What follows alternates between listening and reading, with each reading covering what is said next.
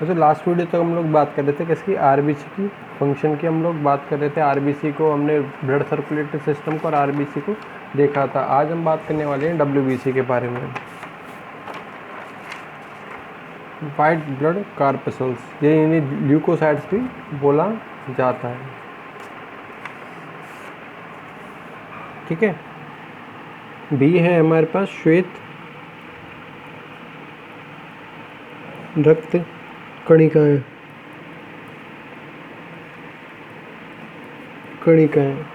White blood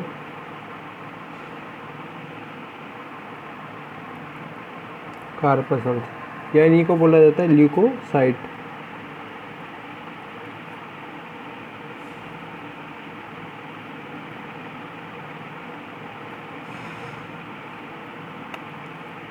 okay, तो सबसे पहले क्या इसकी संरचना की बात की जाए तो संरचना क्या होती है, आकार में क्या पाई जाती है, बड़ी पाई जाती है। क्या पाई जाएंगी आकार में, आकार लगभग होगा इनका, संरचना अनियमित आकार की, ठीक है ना, अनियमित आकार की होंगी। साथ ही साथ अगर बात की जाए तो लगभग 8 म्यू से 15 म्यू तक, ठीक है ना, 8 म्यू से 15 म्यू तक पाई जाती हैं। केंद्रक उपस्थित पाया जाता है, केंद्रक उपस्थित, मतलब हम ये कह सकते हैं न्यूक्लिएटेड होती हैं, न्यूक्लिएटेड होंगी, ठीक है ना। ओके, अगर संख्या की बात की जाए, नंबर की बात की जाए, स्वस्थ व्यक्ति में 6000 से 10,000 पर mm³ तक पाई जाएंगी। लेकिन इनकी संख्या क्या है, बॉडी में घटती भी रहती है और बढ़ती भी रहती है रोगों के अनुसार। रोग की स्थिति में डब्ल्यूबीसी की संख्या कम व अधिक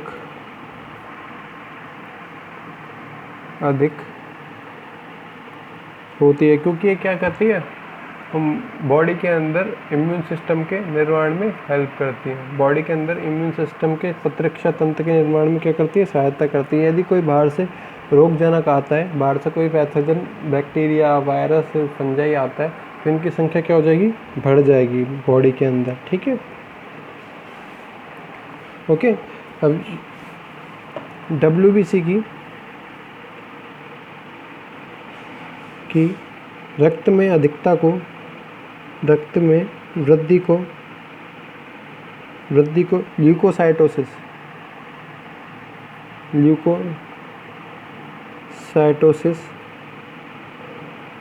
कहा जाता है। ठीक है ना, ल्यूकोसाइटोसिस क्या है, कहा जाएगा। ओके,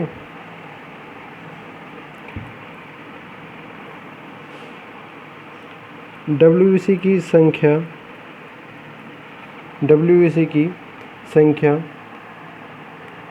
6000 से कम होने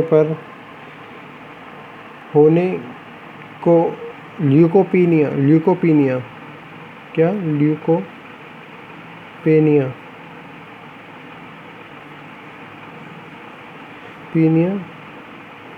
कहा जाता है।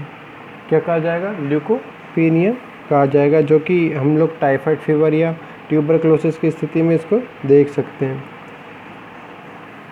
शरीर में डब्ल्यूबीसी की अत्यधिक संख्या में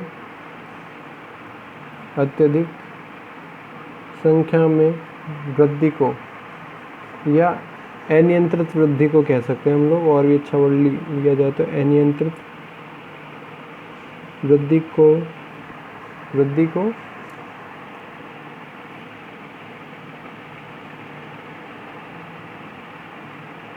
ल्यूकेमिया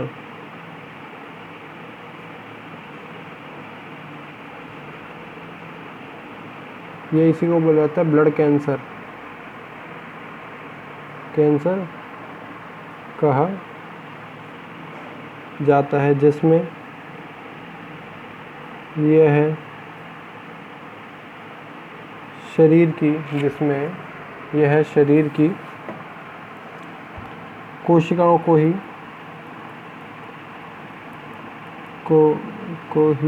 नष्ट करने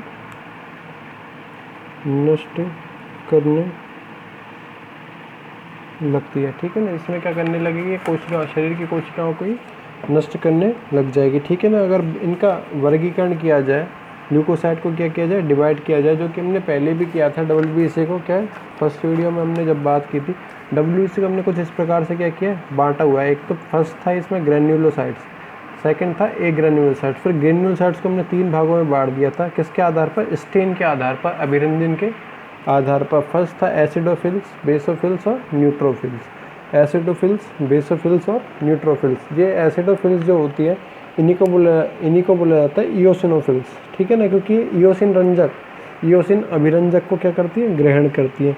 सेकंड होती है बेसोफिल्स, ये मिथाइलिन ब्लू स्टेन को, अभिरंजक को ग्रहण करती है। थर्ड होती है न्यूट्रोफिल्स, ये कि उदासीन अभिरंजक न्यूट्रल स्टेन को क्या करती है, ग्रहण करने का कार्य करती है। तो इस प्रकार से हम लोग देखते हैं, इसमें हम ए डाल देते हैं यहाँ पे। ठीक है ना, ये हो जाती है कौन सी, इयोसिनोफिल्स, इयोसिनोफिल्स,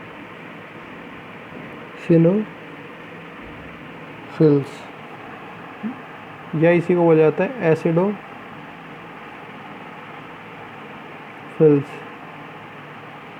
इयोसिनोफिल्स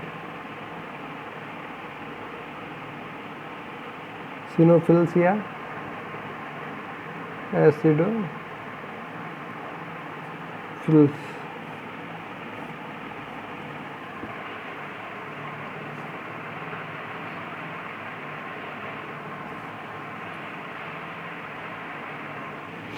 ओके, अभी हमने बात की इयोसिनोफिल्स। इयोसिन क्या होता है, एक अभिरंजक होता है।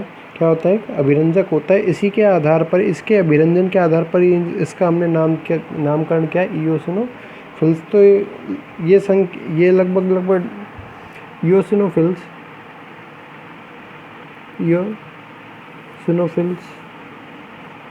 WBC का लगभग 4% तक होती हैं। ठीक है ना, लगभग कितने होंगी, 4% तक होगी। यदि इनके व्यास की बात की जाए, व्यासों की बात की जाए, तो लगभग 10 से 15 म्यू तक क्या होता है, इनका डायमीटर पाया जाएगा। ठीक है, डायमीटर पाया जाएगा। और अम्लीय अभिरंजक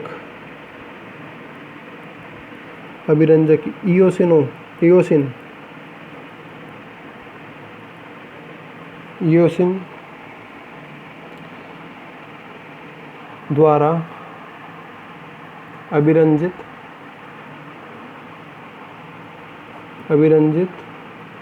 की जा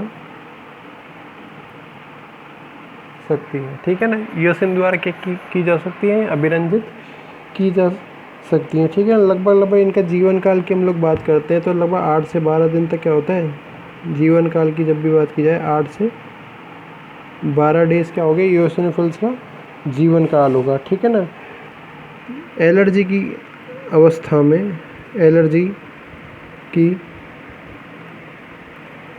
में शरीर में संख्या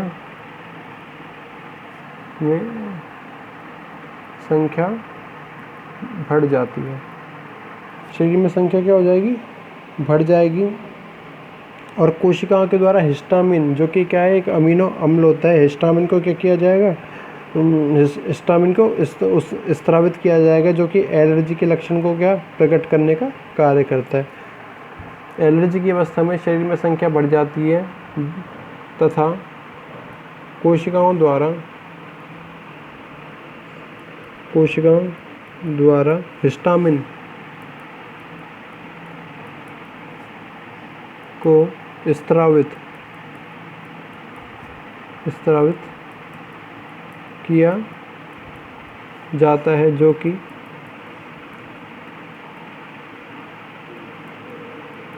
एलर्जी क्रियाओं के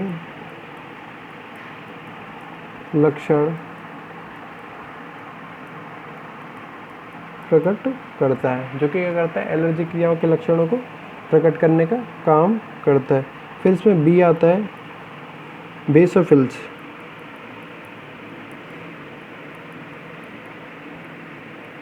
बेसोफिल्स,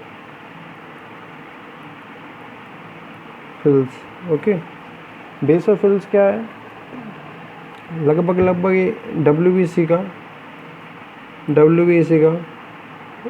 0.5 से 4% तक भाग, ठीक है ना। WBC का 0.5 से 4% तक भाग क्या होता है, बनाता है। व्यास की हम लोग बात करें, डायमीटर की हम लोग बात करें तो 10 से 15 म्यू का क्या होता है, इसका डायमीटर पाया जाता है। किडनी शेप, आकृति की यदि शेप की बात की जाती है तो शेप होती है हमेशा किडनी शेप, वृत्ताकार, किडनी शेप्ड इसकी आकृति पाई जाती है, ठीक है ना।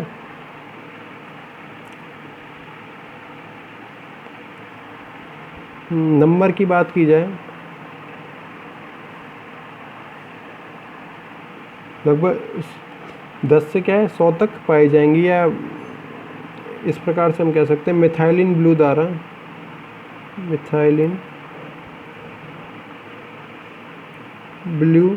द्वारा अभिरंजित की जा सकती हैं। मिथाइलिन ब्लू द्वारा क्या की जा सकती है, इन्हें अभिरंजित की जा सकती है। जीवन काल की बात की जाए, जीवन काल होता है लगभग 12 से 15 डेज। साथ ही साथ क्या करती है, हेपेरिन का निर्माण करती हैं। हेपेरिन का निर्माण करती हैं, हेपेरिन का निर्माण करती हैं, जो कि रक्त को वाहिकाओं, वेसल्स में, वाहिकाओं में जमने से रोकता है। क्या करता है, जमने से रोकता है, ठीक है ना। चिकन पॉक्स होने पर, जिसको हम लोग बोलते हैं वेरिसेला जोस्टर, एक वायरस के द्वारा होता है, ठीक है ना। चिकन पॉक्स की स्थिति में क्या हो जाती है, संख्या बढ़ जाती है।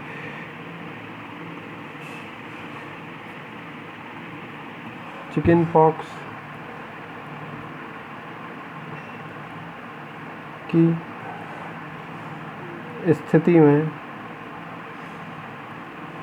शरीर में संख्या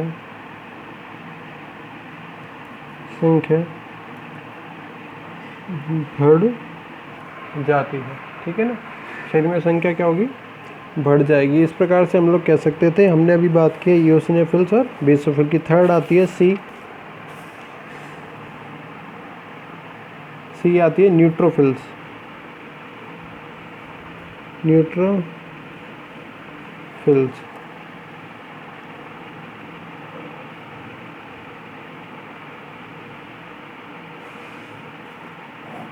ओके,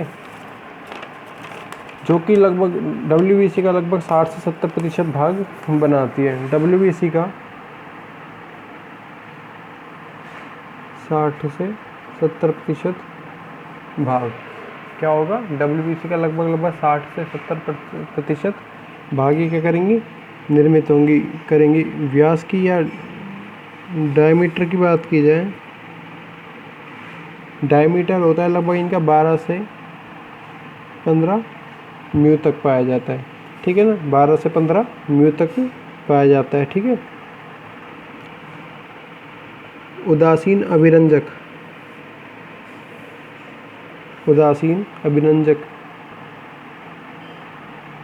न्यूट्रल स्टेन द्वारा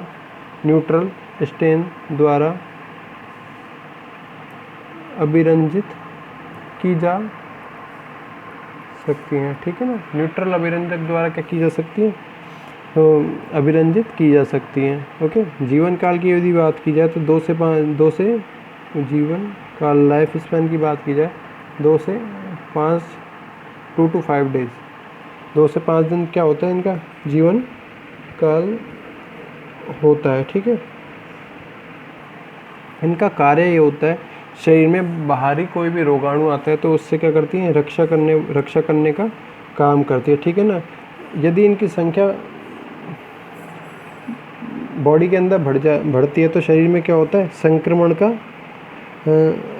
संक्रमण का संदेशा होता है, ये कह सकते हैं। पस फॉर्मिंग इन्फेक्शन कह सकते हैं, मवाद पड़ने की स्थिति उत्पन्न होती है, ये कह सकते हैं मवाद वाले संक्रमण, पस फॉर्मिंग इन्फेक्शन की स्थिति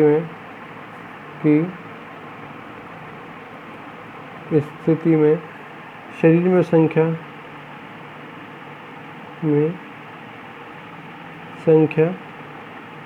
बढ़ जाती है, ठीक है ना। शरीर में क्या होगी, इनकी संख्या बढ़ जाएगी। तो इस प्रकार से आज हमने बात की है WBC में कणिका में ग्रेन्युलोसाइट्स, WBC की हमने बात की। इसमें हमने इओसिनोफिल्स को देखा है, हमने बेसोफिल्स को देखा है, न्यूट्रोफिल्स को देखा है। इओसिनोफिल्स के लिए हमने ये बोला है कि ये क्या हो, ये इओसिन अभिरंजक द्वारा क्या की जा सकती है, अभिरंजित की जा सकती है। बेसोफिल्स जो है ये मिथाइलिन ब्लू द्वारा अभिरंजित की जा सकती है। साथ ही साथ क्या करती है, मुख्य रूप से हिपेरिन का निर्माण करने का कार्य करती है। हिपेरिन क्या होता है, जो कि ब्लड को वाहिकाओं में, ब्लड कैपिलरीज में जमने से रोकता है, ठीक है। थर्ड आती है बात न्यूट्रोफिल्स की। न्यूट्रोफिल्स क्या होती हैं, जितने भी ये उदासीन अभिरंजक होते हैं, न्यूट्रल रेड वगैरह, इनके द्वारा अभिरंजित की जा सकती है। और मवाद पड़ने की स्थिति में, पस पड़ने की कंडीशन में क्या होती है, शरीर में अत्यधिक मात्रा में पाई जाएंगी, ठीक है ना। अत्यधिक मात्रा में क्या होंगी, पाई जाएंगी। नेक्स्ट वीडियो में हम लोग देखने वाले हैं कणिका विहीन या एग्रेन्युलोसाइट्स को।